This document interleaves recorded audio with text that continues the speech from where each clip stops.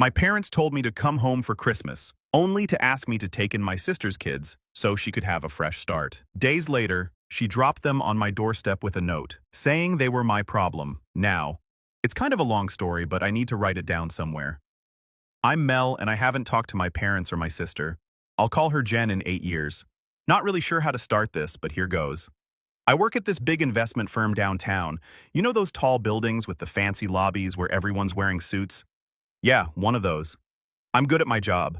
Saved up enough to buy a place, and I'm married to Dan, 32 male, who's this really great lawyer. Honestly, life's pretty good now, but it wasn't always like this.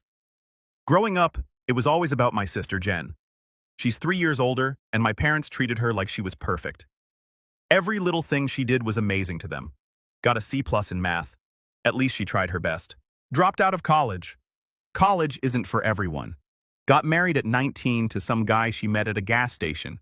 Young love is so beautiful. Meanwhile, I was busting my butt getting straight A's working part-time at this boring office supply store and trying to get into a good college. But nothing I did was ever enough. Like I could have discovered the cure for cancer, and they would have been like, "That's nice, honey, but did you see Jen's new hair color?" The real problem started when I got my college acceptance letter. I had a partial scholarship to study finance, which was huge for me. I'd been planning this forever. My Dad's mom had left some money specifically for my education. It wasn't a ton, but combined with my scholarship and savings, it would have covered everything. I remember running home that day thinking maybe, just maybe, they'd finally be proud of me. Found my mom sitting on the couch scrolling through her phone like always. Dad was in his usual chair watching TV. "Mom." "Dad, I got in." I showed them the letter. Mom barely looked up. "That's nice, honey. So can we talk about the college fund? You know, Grandma's money." That's when Dad turned off the TV. Never a good sign about that. He started doing that thing where he wouldn't look at me. We had to use that money for something else. I felt like someone had dumped ice water on me. "What do you mean?" "Well, Jen's wedding is coming up, and you know how expensive weddings are." I just stood there trying to process what I was hearing. They'd taken my college fund, the money my grandma left specifically for my education, and spent it on Jen's third wedding. Yeah, you read that right. Third, she'd already had 2 failed marriages by 23. I lost it. Started yelling about how unfair it was, how they always picked Jen over me. Mom got defensive, saying I was being selfish and should be happy for my sister. Dad just sat there looking uncomfortable like he always did when there was conflict. That night, I packed my bags and left. Only took what could fit in my car. I drove to my Aunt Pat's house. She's my mom's sister, but they barely talk because Mom says she's too opinionated. Translation: Aunt Pat actually calls them out on their BS. Aunt Pat took me in without question. Found out later that she'd been saving money for her son's college fund, but he'd passed away in a car accident a few years before. She offered to help me with college, but I only accepted on the condition that I'd pay back every cent. College was rough, really rough. I was taking full-time classes while working at this cafe that always smelled like burnt coffee. Had to maintain a certain GPA to keep my scholarship, so I basically lived in the library. But you know what, I did it.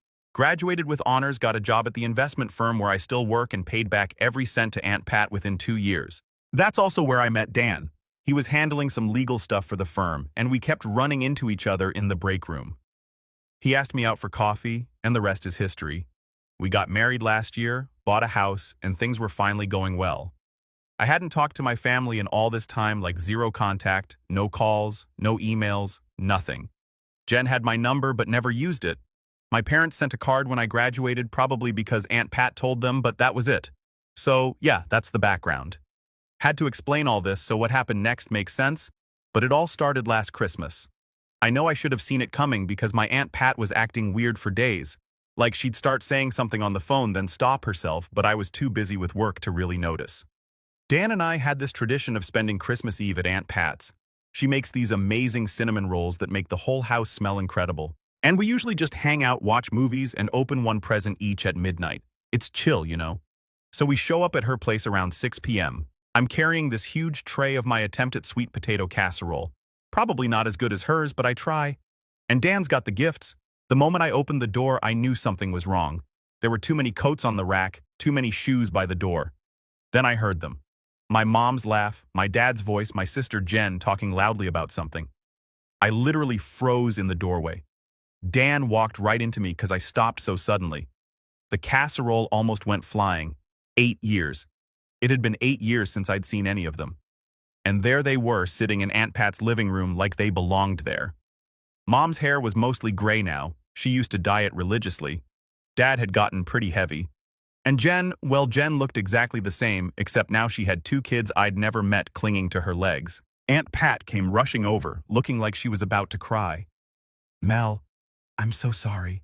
They just showed up an hour ago. I tried to call, but your phone went straight to voicemail.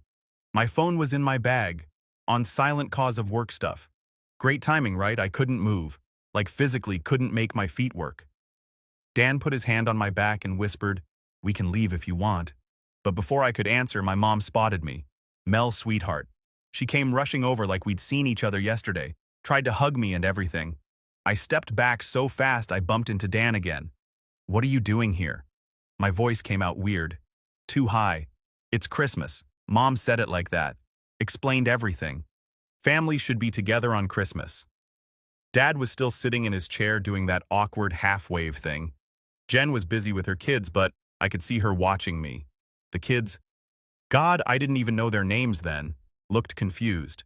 The older one, a boy around 7, whispered something to Jen, probably asking who I was. I went straight to the kitchen. Needed to put down the casserole before I dropped it. Needed to breathe.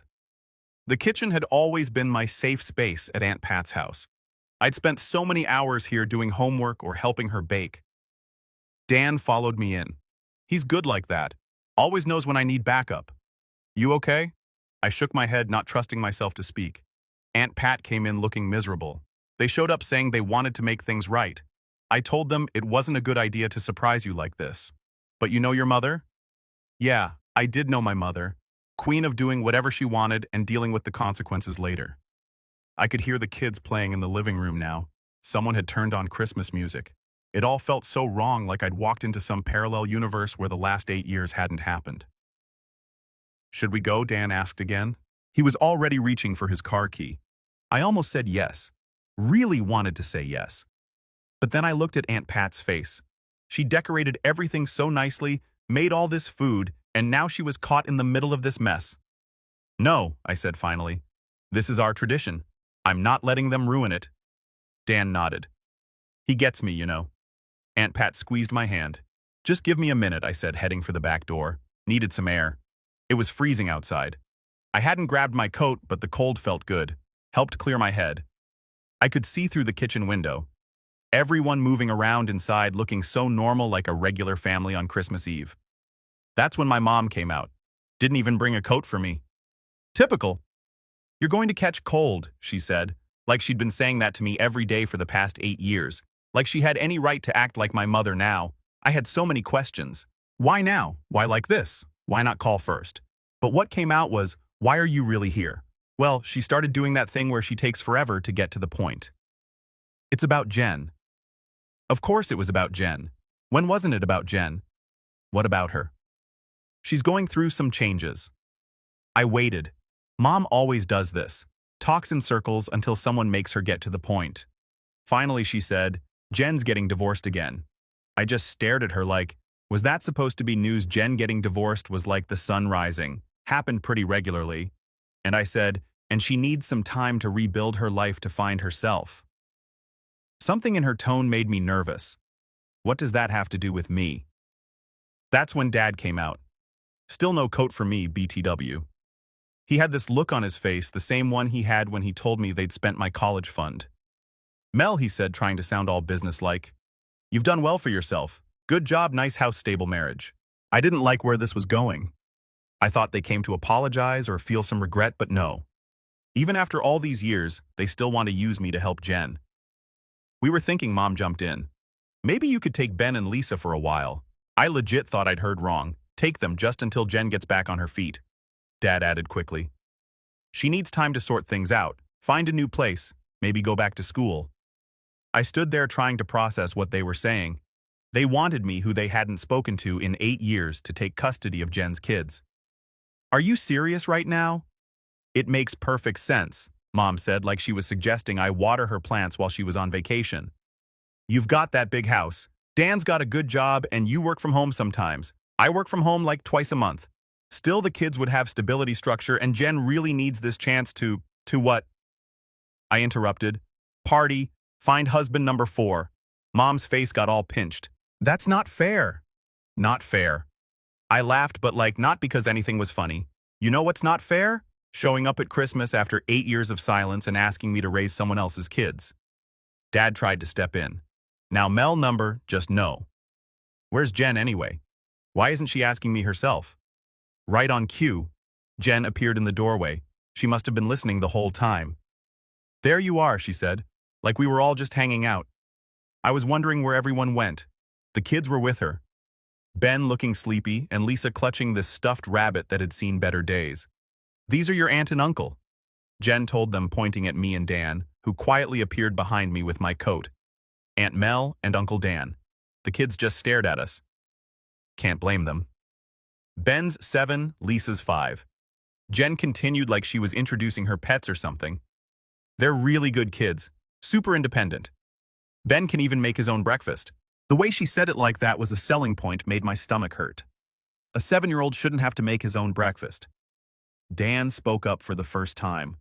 This seems like something that needs more discussion. Maybe not on Christmas Eve. Bless him for trying to be diplomatic, but Jen wasn't having it. What's there to discuss? You guys have everything. Big house, good jobs, no kids. It's perfect. I just need 6 months, maybe a year tops. A year? I couldn't believe what I was hearing. Well, yeah. Gotta get my life together, you know? Maybe travel a bit, figure out what I want. What about their dad? I asked. Jen waved her hand dismissively. Oh, he's useless. Probably in Vegas or something, I had to ask. Which one, Dad? Number 1, 2, or 3? Mom gasped. Mel. But Jen just laughed. Number 2, number 1 moved to Canada. And number 3, well, that marriage got annulled, so he doesn't really count. I couldn't deal with this. Turned to go inside, but Jen grabbed my arm. Come on, sis, help me out here. I need this. I'm suffocating. I looked at her hand on my arm, looked at the kids, looked at my parents who were watching this whole thing like it was going to work out just the way they planned. No one simple word should have been the end of it. After that disaster of a Christmas Eve, I thought things would calm down. Like maybe they'd get the message and leave us alone. Yeah, I was wrong. Jen started showing up at our house. At first it was just random visits with the kids. She'd bring them over saying stuff like they should get to know their aunt and uncle. I felt bad for Ben and Lisa, so I'd let them in. They're actually sweet kids when Jen isn't around, but then the visits got weird. She started coming alone always when she knew Dan would be working from home. I didn't think much of it at first. Dan works from home on Tuesdays and Thursdays, and I'm usually at the office those days. It was our neighbor who first said something. She's this older lady who lives next door and basically sees everything that happens on our street. She caught me getting my mail one day and was like, "Your sister sure dresses up to visit your husband." I was confused. What do you mean, oh, always wearing those little dresses when she comes by even in this cold? And she stays for hours sometimes. That's when things clicked. All those times, Jen just happened to stop by when Dan was home alone, always needing his legal advice about her divorce. I asked Dan about it that night. He looked really uncomfortable, which isn't like him at all. I was going to tell you, he said it's been getting inappropriate. Turns out Jen had been hardcore flirting with him for weeks. She'd show up in these tiny outfits, always finding excuses to lean over his desk or touch his arm. Dan kept trying to be professional because 1, he's a decent human being, and 2, she's technically his client for the custody stuff we're dealing with. But the last straw, she literally told him, and I quote, if you ever get tired of the boring version, you could always upgrade to the fun sister. The boring version, she meant me. My own sister called me boring while hitting on my husband. Dan shut it down immediately. Told her she needed to find different legal representation and that she wasn't welcome at our house anymore when I wasn't home. I was furious. Called Jen right away. She picked up all cheerful like nothing was wrong. Hey sis, I was just thinking about stopping by tomorrow. Stay away from my husband. She laughed. Actually laughed. Oh, come on. We were just having fun. Dan's been so helpful with all this legal stuff. Jen, I swear to God you're overreacting. Besides, it's not my fault if Dan finds me attractive. I mean, we all know I was always the pretty one. I hung up, called my parents because surely they'd see how messed up this was. Mom's response, You know how Jen gets when she's stressed. Maybe if you'd agreed to take the kids, she wouldn't be acting out like this. I can't even make this stuff up. Dan suggested we install security cameras, said we might need evidence of her behavior for what he thinks is coming. He's dealt with enough custody cases to recognize the signs, he said. I wanted to believe he was wrong. I wanted to believe Jen would at least pretend to be a decent mother, if not for herself, then for her kids. But Dan was right. The next morning we woke up to the doorbell ringing over and over. Something felt wrong. I got up and pulled open the curtains, and there they were. Jen's kids, Ben and Lisa, sitting on our front steps. No jackets, no gloves, just two small suitcases beside them, and Lisa clutching that beat-up stuffed rabbit like it was the only thing keeping her together. I bolted for the door, barely aware that Dan was right behind me. The second I opened it, the freezing air hit me like a slap. But it didn't matter. Ben stood up stiffly, rubbing his arms. "Aunt Mel." His voice was too quiet, too resigned, like he already knew he wasn't supposed to expect much from adults. Dan was already scooping Lisa up, rubbing her frozen hands between his. I grabbed Ben's suitcase. It was light, too light. When I opened it later, I'd find just a few shirts, some underwear, and nothing else. Then I saw the note. It was crumpled in Ben's tiny fist. He hesitated before handing it to me like he was already bracing for disappointment. I unfolded it with shaking hands. "They're your problem now. I need to live my life, Jen." I felt the ground drop out from under me for a second. I couldn't breathe, couldn't think, couldn't process the sheer cruel. She left them. She actually left them like they were some inconvenient baggage she could just dump and forget about. I clenched the note so hard it nearly ripped. I was shaking with rage, with disbelief, with something so raw I couldn't even name it. Dan's voice was tight with barely contained fury. "Get them inside now!" I scooped up Ben even though he was too big to carry and slammed the door shut behind us. Jen was gone and she wasn't coming back. After that, Dan went into full lawyer mode. He's usually pretty laid back, but I've never seen him so angry. He got the kids inside while I grabbed their suitcases. The bags were barely packed, like a couple of t-shirts and some underwear thrown in. Lisa's stuffed rabbit was there, thankfully. She can't sleep without it. We documented everything, took photos of the note, the suitcases, everything.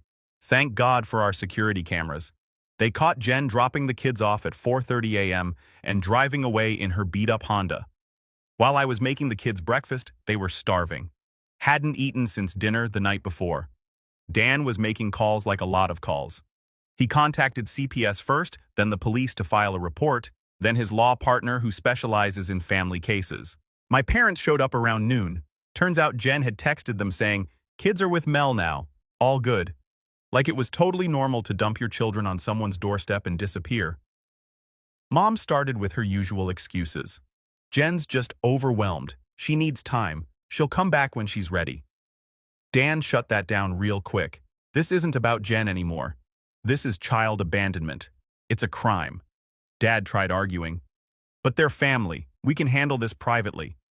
"No," Dan said. "We're doing this by the book. Those kids deserve better than being pawns in Jen's games." That's when my mom started crying. "But if you report her, she'll get in trouble." "Yeah," I said. "That's kind of the point." The kids were watching TV in the other room, but I know they could hear everything. Ben kept looking over at us with this worried expression. He's way too used to adult problems for a 7-year-old. CPS showed up around 2 p.m. They interviewed all of us, took pictures, checked the house. The social worker was really nice. She talked to Ben and Lisa alone for a bit. When she came out, she looked seriously concerned. Turns out this isn't the first time Jen's pulled something like this. She's left them with random friends before, sometimes for days. Ben's been taking care of Lisa since he was 6. 6. He makes her breakfast, helps her dress, makes sure she brushes her teeth. No kid should have to be a parent to their sibling. We tried tracking Jen down, called everyone we could think of. Finally, one of her friends cracked and told us Jen had bought a plane ticket to Las Vegas. She's apparently moving in with some guy she met online gaming. She didn't even tell her kids goodbye. Dan's filed for emergency temporary custody. Says it's the fastest way to make sure the kids are legally protected while everything gets sorted out. CPS agrees. They don't want to put the kids in the system if there's stable family willing to take them. My parents keep calling, begging us not to ruin Jen's life. They don't get it. Jen ruined her own life. We're just making sure she can't ruin her kids' lives too. Right now we're waiting on a court date. The kids are staying with us until then.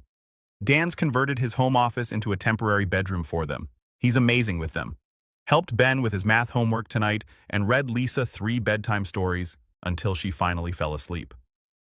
I'm scared, not going to lie. We didn't plan on becoming parents like this, but looking at these kids sleeping on our couch, how could anyone just abandon them? The social worker is coming back tomorrow. I'll update then. One update on the situation with my sister abandoning her kids. Check previous post for background. Quick update on the Jen situation. She's still in Vegas posting pics of herself at pools and casinos like she didn't just abandon her kids. Meanwhile, things with my parents got even messier. So CPS called a family meeting yesterday. We all sat down at this big table in Dan's office. The kids were with Aunt Pat, thank God, because what happened was rough. The social worker started explaining how the system works, talking about temporary guardianship and stuff. My parents kept nodding like they were following along until she got to the part about Jen potentially facing criminal charges. Mom lost it, started crying about how everyone makes mistakes and she's still their mother. Then the social worker dropped the bomb. Given the circumstances, we need to discuss permanent placement options. Mr. and Mrs., my parents' last name. As the maternal grandparents, you would be the first choice before we consider foster care. You guys should have seen their faces. Dad started stammering. Oh no, we can't. We're too old. We don't have the space. Mom jumped in. Besides, Mel and Dan have that big house. They're young. They have money. It was like watching history repeat itself. Same excuses, different situation. Reminded me of that day they told me they'd spent my college fund on Jen's wedding. Dan, bless him, wasn't having any of their excuses. Actually, he said, pulling out some papers. Your house has 4 bedrooms. You recently took out a home equity loan to renovate your kitchen, so finances aren't the issue. And according to state law as grandparents, you're legally obligated to be considered first for placement. My dad got all red in the face. Now see here, young man. No, you see here. Dan cut in. He never raises his voice.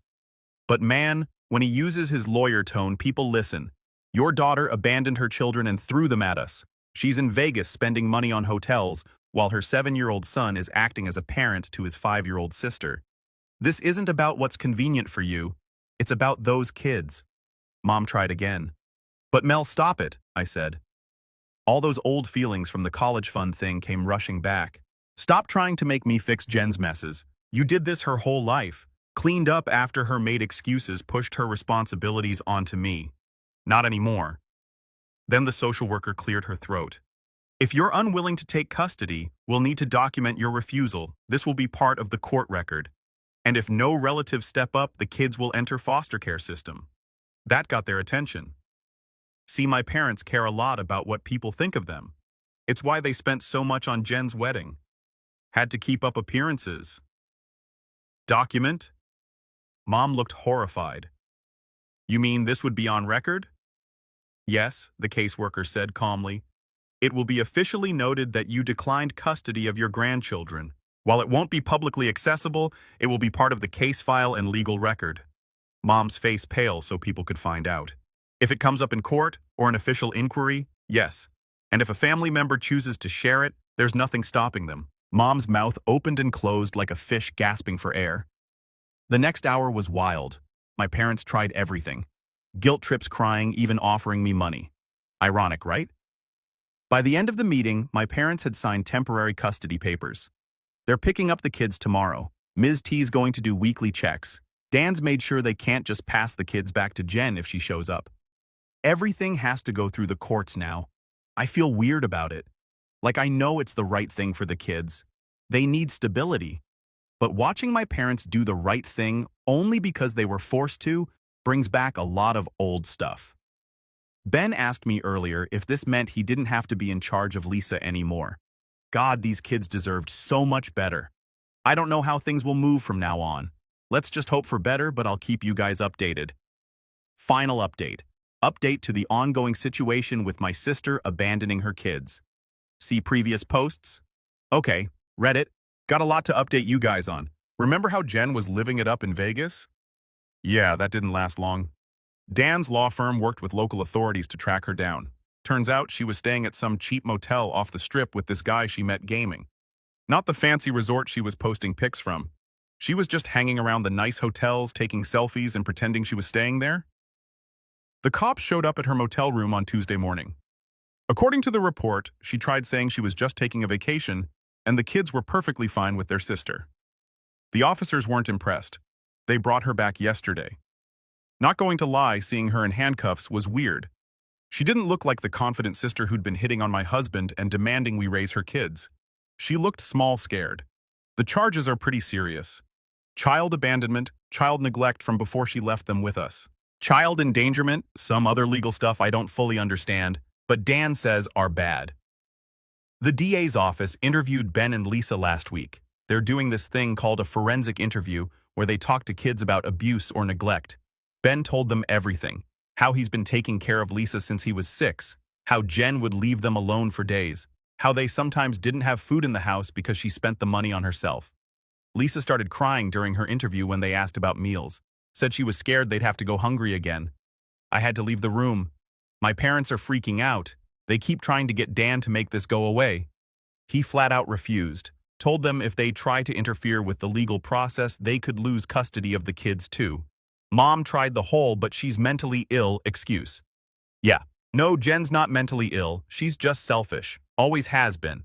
They're doing a psych eval anyway as part of the case, but Dan says it's standard procedure. The gaming guy from Vegas. Turns out he had no idea Jen even had kids. She told him she was this rich single girl looking for adventure. He actually contacted Dan's office when he found out the truth, wanting to help with the case. Sent screenshots of all their conversations where she bragged about having no responsibilities and being totally free. Jen's not talking to any of us now. Her court-appointed lawyer told her to stay quiet, but she did send me this long text last night. You happy now? You finally got everyone to notice you instead of me. Bet you planned this whole thing. You were always jealous that Mom and Dad loved me more. Well, congrats. Hope you're satisfied now that you've ruined my life. I didn't respond. What's there to say? She abandoned her kids on my doorstep in the middle of winter. She did this to herself. They even searched her motel room. They found receipts for designer clothes and expensive restaurants. She had money. She just chose to spend it on herself instead of her kids. And yeah, it's been 6 months since everything went down with Jen. The court case finally wrapped up last week. Jen took a plea deal. She's getting 18 months in state prison with possibility of parole after 12 months plus 5 years probation after release. She also lost all parental rights. The judge wasn't playing around. Said something about how the systematic neglect and final abandonment showed a complete disregard for her children's well-being. My parents actually got their act together, which honestly surprised everyone. I think finally seeing all the evidence in court, hearing what Ben and Lisa had been through, it changed something. Mom actually stood up in court and said Jen needed to face consequences. Never thought I'd see that happen. The kids are doing better. Like, actually better. Not just putting on a brave face better. They're still living with my parents, but there's been a complete change in how things work. My parents had to take parenting classes as part of the custody agreement. Dan's idea.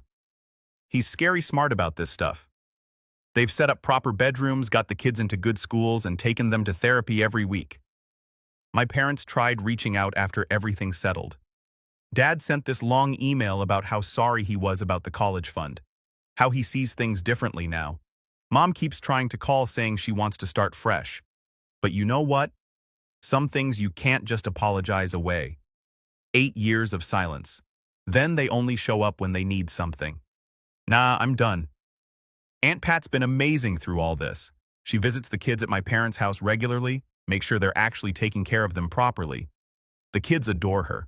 They call her Grandma Pat, which honestly feels more right than my parents being grandparents. Jen's in prison where she belongs. She sent me this dramatic letter full of excuses and self-pity, talking about how prison changed her and how she sees everything differently now. Not one word asking about her kids. Classic Jen.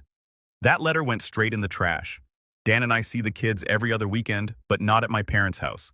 We pick them up and take them out. Movies, parks, normal aunt and uncle stuff. Ben asked me last week if I was mad at my parents. Told him the truth that grown-ups sometimes have complicated feelings about each other, but that doesn't change how much we love him and Lisa. People keep asking if I'll ever forgive my parents or Jen. Honestly, there are some things you can't come back from. Yeah, they're taking care of the kids now, but only because they were forced to. They haven't changed. They just ran out of options. So here we are. The kids are safe, they have stability, even if it's not the perfect situation. As for my parents, we keep it strictly about the kids. No personal conversations, no unnecessary drama. Sometimes distance is the healthiest choice. And as for me, well, life moves forward. And oh, I found out that I'm pregnant, and Dan is over the moon. Edit. Thanks for all the support through this crazy journey. Reddit, you guys helped more than you know. Edit 2. Yes, Ben and Lisa know they can call us anytime. We got them their own phones kids versions with parental controls specifically for this Edit 3. To everyone asking, the cats still love having the kids over for weekends. Ben's actually helping me teach the new kitten tricks. Final edit. This account is probably going dark after this post. Dan says it's better not to have too many details online once everything is finalized. Just know that we're all doing fine.